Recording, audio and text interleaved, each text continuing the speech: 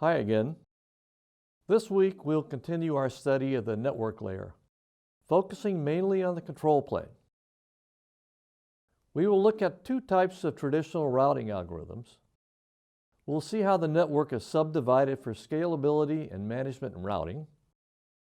We will examine two internet routing protocols, OSPF and BGP. We will also explore software-defined networking, SDN, in more depth, specifically the design of SDN controllers. We will look at two diagnostic tools using a network layer protocol, ICMP, which stands for Internet Control Message Protocol, and traceroute. Finally, we will do a quick survey of a protocol that provides the basis for managing networks, SNMP, the Simple Network Management Protocol. In this video, we'll discuss the control plane, data plane division introduced last week. Then we'll look at a type of routing algorithm, link state. Last week, we stated that the network layer can be divided into two functions. Forwarding, which works in the data plane, is the process to move packets from the router's input to the appropriate output. Routing, which the functions in the control plane, determines the paths taken by packets from a source to a destination. Today, there are two approaches to implementing the control plane. The first approach, each router runs in its own control plane.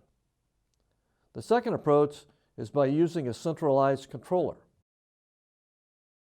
The next two slides, which depict the two approaches, should be familiar as we discussed them last week. The first slide depicts the traditional method. Individual routers run the routing algorithms and interact with each other to compute the forwarding tables. The second slide shows that routing algorithms are running in a centralized controller or controllers and communicating with control agents in each router to compute the forwarding tables. Routing protocols are used to determine good paths or routes from sending hosts to receiving hosts through a sequence of routers. Different metrics convey the meaning of the good path. This could be the least cost, fastest, least amount of traffic, and so forth. This diagram is a graph representation of a network. We'll be using mathematical symbols for the graph components to help us understand the routing algorithms. In the formal description of this graph, there's a set of nodes in. Each node represents a router and is labeled with a letter. The paths between the nodes are edges or network links that connect the routers. The set of links is represented by E. The links are represented by the pair of nodes connected by the link. Each link is labeled with a value that represents the cost of traveling on that path. This cost is represented by C of node 1, node 2, for example, C of W, Z. The cost could be the inverse of the link bandwidth, or traffic load, or hop count, or some other parameter. As an aside, in a more general sense, this graph could represent a roadmap with link values representing distance, time, or even the fuel cost. The cost of the complete path is the sum of the costs of each of the links traversed from source to destination. The problem is to find the best path from the selected router to a destination router.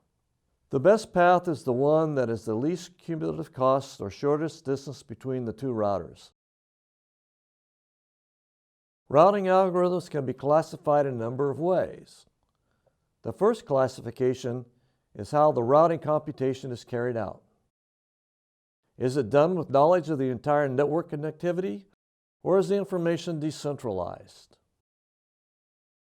If all the routers have a complete map of the network, then the algorithm is classified as a link state algorithm.